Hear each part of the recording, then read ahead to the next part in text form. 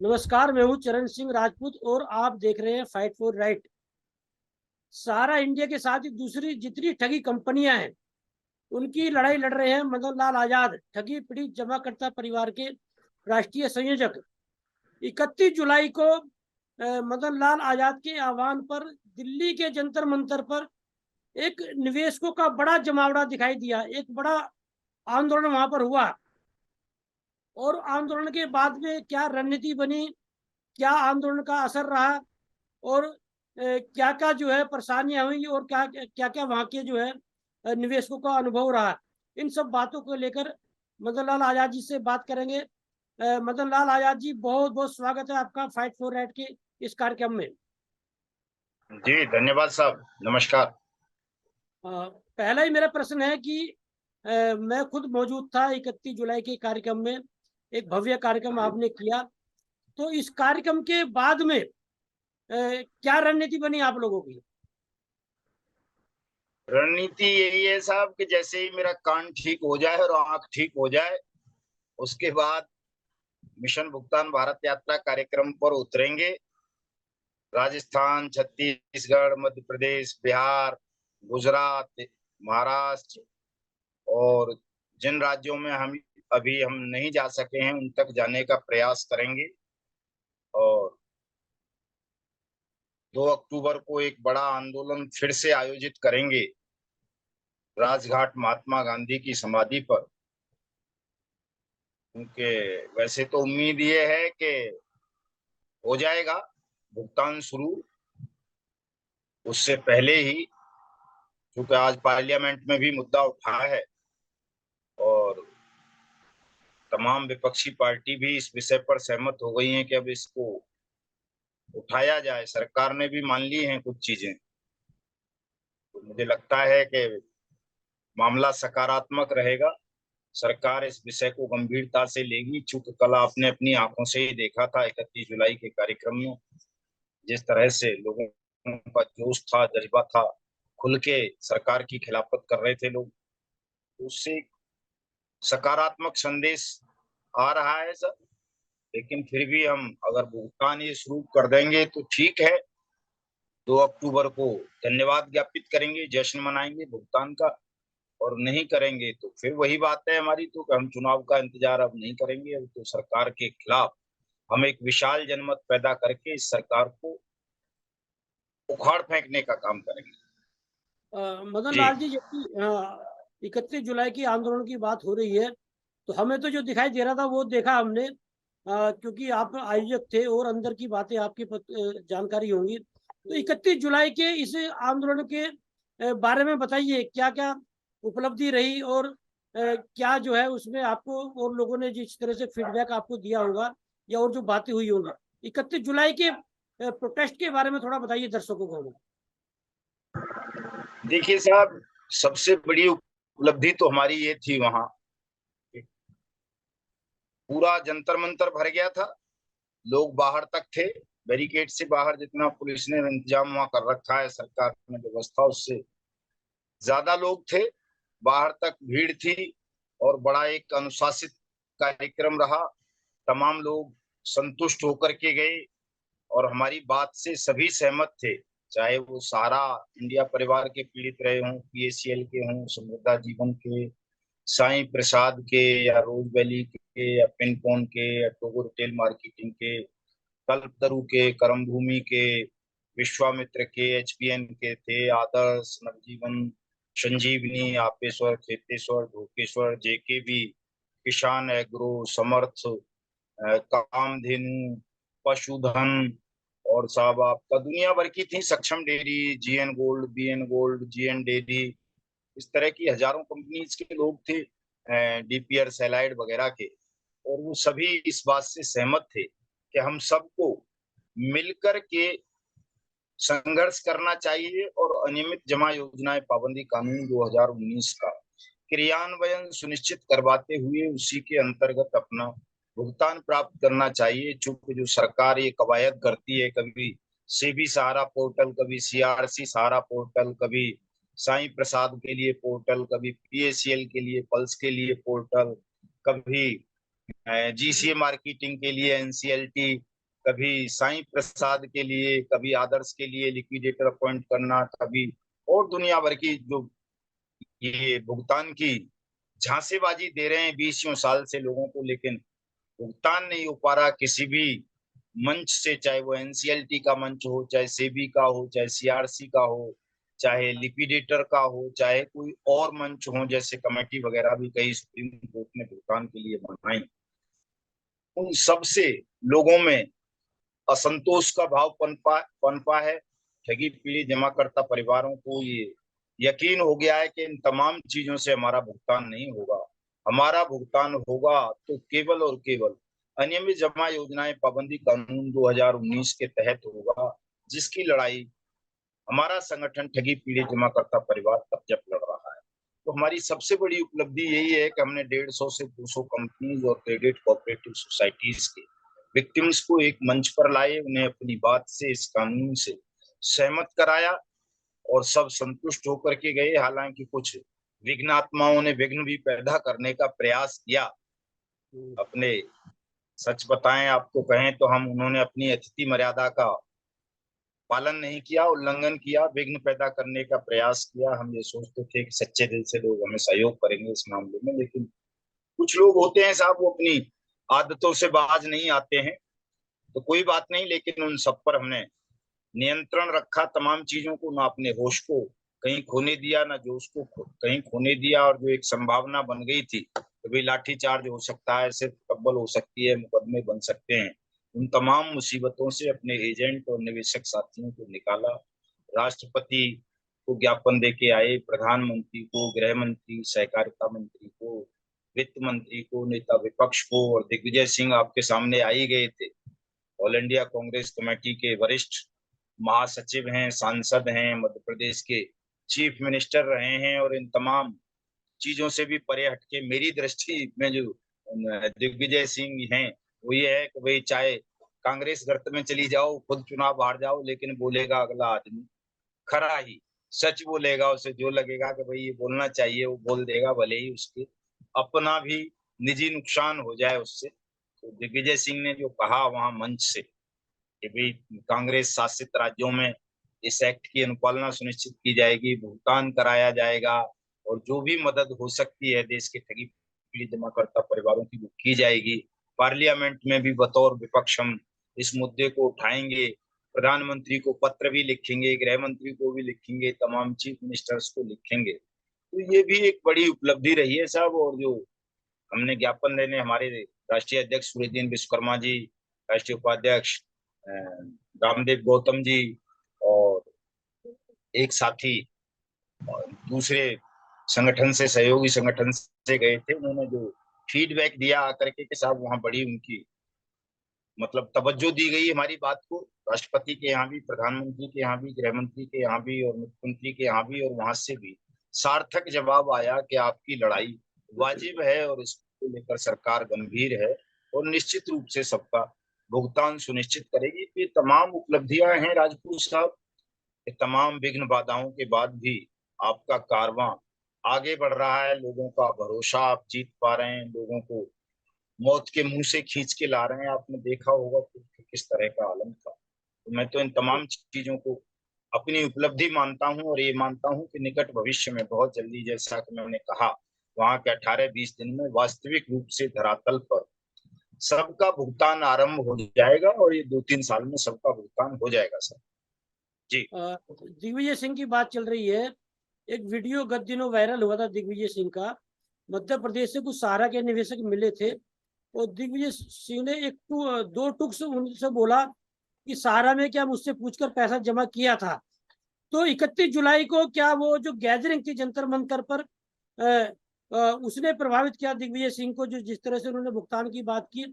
या आपको लगता है कि दिग्विजय सिंह की बात का जो है असर है कांग्रेस में, कि कांग्रेस शासित प्रदेशों में भुगतान शुरू हो जाएगा? थोड़ा बताइए इस बारे में।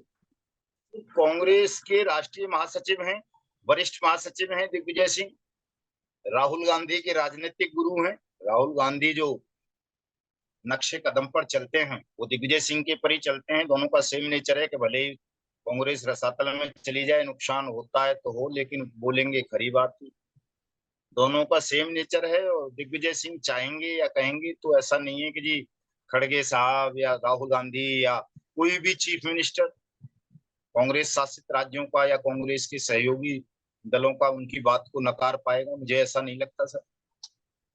मानेंगे बिल्कुल, अगर वो सही मायनों में अगर करना चाहेंगे। तो जिस वीडियो की बात आप कर रहे हैं, ये वायरल हुआ था, दिग्विजय सिंह ने कहा था कि जो है मुझसे पूछ के सहारा में पैसा जमा किया था, तो कोई लोकल लोग रहे होंगे जिनको वो परिचित होंगे, या कम लोग रहे होंगे इसलिए कह दिया होगा। लेकिन कल की भीड़ देख करके तो अगर नरेंद्र मोदी भी आ जाते तो मैं समझता हूँ उनकी भी हिम्मत नहीं पड़ती कि वो मुकर जाते किसी बात से या मना कर देते। इतना सैलाब था जंतर मंतर पर, उस सैलाब में आकर कोई भी नेता या कोई भी अफसर भी मना नहीं कर सकता था। और फिर प्रस्तुतिकरण का भी एक अपना तरीका होता है राजपूत साहब, कि आप किस तरह से अपनी बात को प्रस्तुत करते हैं। हमारे जो पूर्व वक्ता थे या साथी थे, उन्होंने बहुत सारे मक्खन पॉलिश लगाने का प्रयास किया दिग्विजय सिंह जी को, नेक टू नेक बात नहीं की कि भाई सच्ची बात यह है, इस पर काम कीजिए, वो नहीं कहा। उन्होंने केवल मक्खन पॉलिश करते रहे। तो ऐसे लोगों की बातों को कहाँ लोग तवज्जो देते हैं। वो समझ जाते हैं कि यार इनको तो कुछ अपना चाहिए। लेकिन हमने जो बोला, हमने 2 मिनट में अपनी बात खत्म करी। आपने सुनी थी, उस वक्त थे ना, हमने 2 मिनट में बोला कि साहब आप भी बोलते हो और दुनिया भर के लोग बोलते हैं। राहुल गांधी ने भी ट्वीट किया था भारत जोड़ो यात्रा के दौरान। लेकिन किसी की हिम्मत इतनी नहीं होती कि वो कहे कि भाई सरकार को क्या नियमित जमा योजनाएं पाबंदी कानून 2019 जब बन चुका है, सर्वसम्मति से बन गया है, इसमें भुगतान की गारंटी का अधिकार दिया गया है, तो इसको क्रियान्वित क्यों नहीं किया जा रहा, क्यों लोगों का भुगतान नहीं किया जा रहा, इसको आप करवा दें, हो जाएगा खुद ब खुद। तो उन्होंने माना मेरी बात को, कहा नहीं मैं मदन लाल जी की बात से सहमत हूँ और मैं दोनों एक्ट्स का जो है तमाम राज्यों को पालन करना चाहिए। आपने सुना उनका वक्तव्य, मैंने भी आज डाला है अपने उस पर वीडियो में। तो प्रस्तुतिकरण का भी साहब अपना अपना वो होता है। मैं देश के 200 जिलों में गया हूँ, 14 राज्यों में गया हूँ। मुझसे किसी भी सेक्रेटरी ने या किसी भी नेता ने, किसी भी मिनिस्टरों से भी मुलाकात हुई है इस दौरान, मेरी चीफ मिनिस्टर से भी हुई है और तमाम जिलाधिकारियों से तो मिला ही मिला हूँ। कलेक्टर से किसी ने भी नहीं कहा। लोग बहुत शिकायत करते थे, साहब हम जाते हैं तो यूं कह देते हैं हमसे पूछ के जमा किया था। मुझसे किसी ने ये सवाल नहीं किया। कोई कहता तो मैं उसको जवाब देता। तो समझ जाते हैं सामने वाले भी कि व्यक्ति का क्या नेचर है, वो क्या चाहता है, इसको क्या जवाब देना है। अगर गलत जवाब देंगे तो शायद कहीं उल्टा ना पड़ जाए। तो मैं कहीं भी ये इच्छा रखता ही नहीं कि मुझे कोई व्यक्तिगत लाभ लेना है किसी दिग्विजय से, राहुल से या मोदी से या अमित शाह से या किसी और से। जनता की लड़ाई है, इस काम को करो, नहीं करोगे तो सीधी सी बात है हम तो सबकी खिलाफत कर रहे हैं। हम और अगर कांग्रेस हमारी मदद करेगी तो ठग मुक्त होने करने से पहले हिंदुस्तान को भाजपा मुक्त कर देंगे हम, बाद में देख लेंगे। अगर कांग्रेस मदद नहीं करेगी तो भाजपा और कांग्रेस दोनों से मुक्त करेंगे। आम आदमी पार्टी भी मदद नहीं करेगी तो तीनों से मुक्त करेंगे। मैंने तो ऑप्शन खुले रखे हैं कि राष्ट्रीय सरकार की बात करूंगा मैं तो सबसे मुक्त कर दूंगा, पूरे बेईमान सिस्टम से, पॉलिटिकल सिस्टम से। मदन लाल जी, मुझे आज की तारीख में जी लोकतंत्र में जो है वो भीड़ तंत्र का बड़ा महत्व होता है। ये माना जाता है बिल्कुल इसके साथ में भीड़ है, उसकी पूछ होती है। तो इसमें कहीं से दो जी राय नहीं। इसमें जितने भी संगठन इस समय हैं, जो निवेशकों का जो आंदोलन चल रहा है, जैसे आपका ठगी पीड़ित जमाकर्ता परिवार है, और भी संगठन है, तो ये माना जा रहा है कि निवेशक 13 करोड़ जो है वो सहारा के निवेशक हैं और ठगी कंपनियों के हैं। और आप ही दावा करते हैं कि 50 करोड़ निवेशक जो हैं देश में इन ठगी कंपनियों के पीड़ित हैं। तो यदि 50 करोड़ निवेशक है देश में, तो इतने बड़े स्तर पर यदि लोग हैं आप लोगों के साथ में, तो इस बड़े जनाधार को, इस बड़ी भीड़ तंत्र को, इतने बड़े स्तर पर निवेशकों को आज की तारीख में जब सरकार में एक ये आरोप लग रहा है सरकार पर, अराजक सरकार है और विपक्ष में भी लोग कहने लगे कमजोर विपक्ष है, तो अपने साथ जो इतनी बड़ी आपकी भीड़ है किस रूप में देख रहे हैं देश में? सत्य ये है राजपूत साहब, जो मैं देख पा रहा हूँ, मैं ये देखता हूं कि निकट भविष्य में तपजप को बहुत बड़ी क्रांति करनी है देश में। इन ठगी पीड़े जमाकर्ता परिवारों के कंधों पर परमात्मा ने एक ऐसा लक्ष्य भी लाद रखा है जो इस देश में क्रांति लेकर के आएगा और इस देश के बेईमान सिस्टम और ठग साम्राज्य का अस्तित्व समाप्त करेगा और हिंदुस्तान को ठग मुक्त बेईमान रहित राज्य, राष्ट्र राज्य के रूप में स्थापित करेगा। लेकिन ये सब चीजें होने से पहले जो मैं कह रहा हूँ, परमात्मा की मैं जो बातें बता रहा हूँ कि परमात्मा ने क्या सोच रखा है, क्या नियति तय कर रखी है हिंदुस्तान की, भविष्य की, उससे पहले इन सबका भुगतान होना है। क्योंकि जब इनका भुगतान हो जाएगा तो इनके मध्य एक भरोसा पैदा होगा, एक साहस पैदा होगा, इनमें एक सामर्थ्य, नई ऊर्जा का संचार होगा। और यही लोग जो आज बिल्कुल, मैं जिनको जीवित लाश भी कहता हूँ कई बार के, जो भी ठगी पीड़ित हैं, खासतौर से हमारे 1.5-2 करोड़ एजेंट साथी, वो एक तरह से चलती फिरती लाश हैं। लेकिन इन चलती फिरती लाशों में जिस दिन भुगतान आरंभ होगा, उस दिन ताकत आ जाएगी और ये ही लोग देश में एक नव क्रांति का नव क्रांति लाने का काम करेंगे। और ये बहुत जल्दी होना है राजपूत साहब, कोई ज्यादा समय नहीं लगना। मैं जो कहता हूं कि 2023 में सबका भुगतान होना है, वो हो जाएगा। 24 में हो सकता है और घृणित सरकार देश में आ जाए, जो वर्तमान सरकार है, इससे भी ज्यादा गंदी सरकार आ जाए 24 में देश में। 25 में क्रांति हो जाएगी साहब, निश्चित रूप से। ये 2.5 साल मान लो, लगभग 2.5 साल में देश इतना जो है उस मुहाने पर खड़ा हो जाएगा क्रांति के, पर जहां संपूर्ण व्यवस्था परिवर्तन होना है। क्योंकि आज पूरा देश जो है साहब बर्बादी के कगार पर खड़ा हो गया है। आप देख रहे हो हरियाणा जैसा राज्य, जहां कभी दंगे नहीं हुए, कभी हिंदू मुस्लिम की बात नहीं हुई। और वो मेवाती कोई मुसलमान थोड़ा ही होते हैं जिनसे झगड़ा हुआ है, दंगा हुआ है हिंदुओं का। वो तो हिंदू हैं ही सब, गुर्जर हैं सब। अभी कुछ दिन पहले ही जो है वो बने थे, कोई राजपूत हैं, कुछ गुर्जर हैं, कुछ जाट हैं। जो मेव जाति है वो कोई कट्टरपंथी मुसलमान थोड़ा ही होता है। वो तो बड़े मतलब वैसे ही हैं, बस सलाम करने लगे हैं। और किसी ने खान खून अपने नाम रख लिए हैं, बाकी कल्चर तो उनका वही हिंदू वाला, ये सब हिंदू हैं। तो ये जो गृह युद्ध की स्थितियां बनती जा रही हैं साहब, ये इनसे भी ये आभास होता है कि जब परमात्मा को, प्रकृति को नव निर्माण करना होता है, नव सृजन करना होता है, तो वो पुरानी चीजों को, उनके अस्तित्व को समाप्त करती है, ध्वस्त करती है। विकास का माध्यम ही ये है कि पुरानी बिल्डिंगों को तोड़ोगे, टपकती चुचाती हुई जर्जर भवनों को, तभी नया भवन का निर्माण होता है। तो साहब नव सृजन होना है, नव निर्माण होना है। हिंदुस्तान का एक नई व्यवस्था आनी है, ईमानदार व्यवस्था जो सत्य पर, न्याय पर, कानून पर आधारित होगी।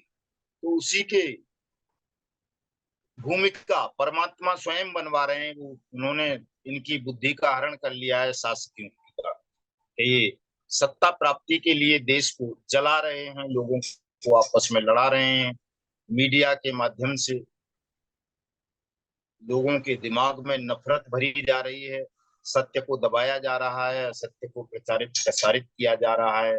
और जैसा कि एक कहावत अपने वहां होती है, अपने पैर पर खुद कुल्हाड़ी मार लेना, वो काम इस वक्त हमारे देश के राजनेता, शासक, सिस्टम में बैठे हुए लोग और मेन स्ट्रीम का मीडिया कर रहा है। इनको ये दिख नहीं रहा कि जो कुल्हाड़ी चला रहे हैं अपने, कल इनके पैर को और इनकी गर्दन को ये काट डालेगी।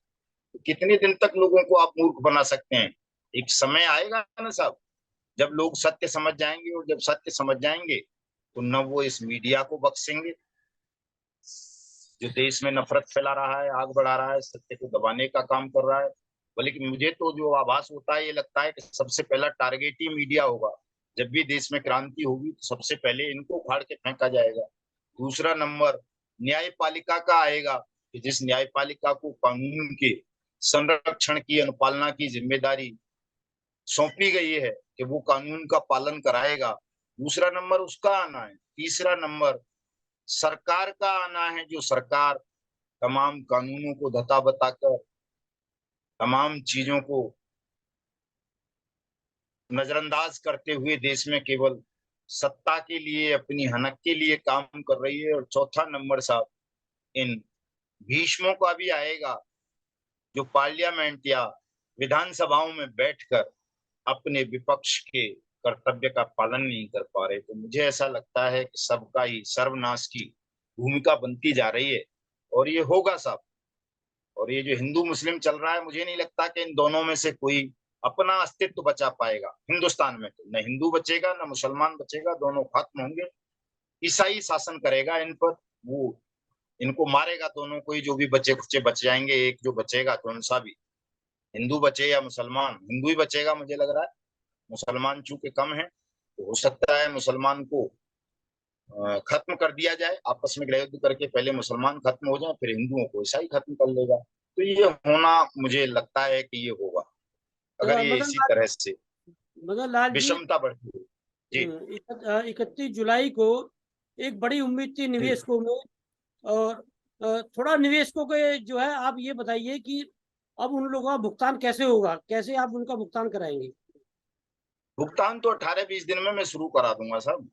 दिग्विजय सिंह ने बोला है उसके कांग्रेस शासित राज्यों में चारों में तो हो ही जाएगा, आज भी बात हुई है मेरी। 15 अगस्त को संभवतः घोषणा हो जाएगी कांग्रेस शासित राज्यों में भुगतान की। आज भूपेश बघेल ने तो कुछ बोला भी है, पता नहीं क्या कितना 35,000 लोगों को कल ही बांटा है उसने, कुछ इस तरह का कोई वो हुआ है। लेकिन 15 अगस्त से जो है एक घोषणा हो जाएगी। कहाँ चले गए आज सर? जी। आवाज जी। आ गई थी। हाँ हाँ, हाँ आवाज आ तो रही है। 15, हाँ संभवतः 15 अगस्त से कांग्रेस शासित राज्यों में भुगतान की प्रक्रिया आरंभ हो जाएगी साहब। विनिमय जमा योजनाएं पाबंदी कानून पर अलग से नोटिफिकेशन इशू हो जाएंगे। और जब 4 राज्यों में कांग्रेस शासित राज्यों में हो जाएगा तो साहब आप समझते हैं कि अगर राहुल गांधी गोबर खाने लगे, कहे गोबर में बड़ा स्वाद है, हालांकि अश्लील डायलॉग बोल रहा हूं मैं, तो नरेंद्र मोदी कहेगा तू तो कल गोबर खाएगा, मैं अभी खाए ले रहा हूँ। केवल घोषणा अगर राहुल गांधी ने कर दी कि कांग्रेस शासित राज्यों में बर्ड्स एक्ट लागू करके भुगतान किया जा रहा है, तो मोदी कर देगा अगले दिन ही। क्योंकि कांग्रेस को, राहुल को नेता नहीं बनने देना ना मोदी जी को। ये पूरा देश जानता हो या न जानता हो, मैं जानता हूँ, आप भी जानते हैं। तो राहुल गांधी जिस दिन खड़ा हो जाएंगे, ट्वीट कर देंगे, उस दिन नरेंद्र मोदी पूरे देश में कह देंगे बांटो आज से ही, रात से। तो ये तो होना है साहब, इसको अब अच्छा रोका नहीं जा सकता। मदन लाल जी, अंत में जी अपने निवेशकों से क्या कहेंगे?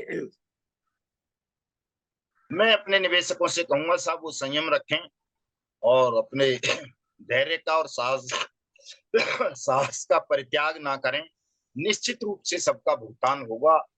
जरूरत है निरंतर संघर्ष की और चिड़िया की आंख पर ध्यान केंद्रित करने की, इधर उधर नहीं भटकना साहब। बिल्कुल हमारा ध्यान भुगतान पर केंद्रित रहना चाहिए। तमाम साथी सहयोग करें ठगी पीड़ित जमाकर्ता परिवार को। और मैं हमेशा कहता हूं कि किसी पर लाठी नहीं चलेगी, गोली नहीं चलेगी, पानी की बौछार नहीं चलेगी। तमाम विघ्न बाधाओं को पार करते हुए हम शांतिपूर्ण अहिंसक ढंग से आप सबका भुगतान भी कराएंगे और देश को ठगमुक्त बेईमान रहित राष्ट्र राज्य के रूप में स्थापित भी करेंगे। कोई तनाव ना लें, चिंता ना लें। और अब तो हमारा संगठन साहब इतना बड़ा हो गया है, संगठन क्या, मैं अपनी लोकल भाषा में कई बार दुकान भी बोल देता हूँ, तो दुकान अब शोरूम में परिवर्तित हो चुकी है। तो अब तो कोई खतरा मुझे नजर नहीं आता। तो ये होगा। जब हम अकेले थे साहब तब करवा लिए इतने काम हमने अकेले लड़ लड़ के, तो आज तो एक बड़ा जनमत हमारे साथ खड़ा हुआ है। जो भी देगा देखेगा हमारे जनमत को, अगर गलती से भी कोई आ गया तो वो प्रभावित हुए बिना मानेगा नहीं।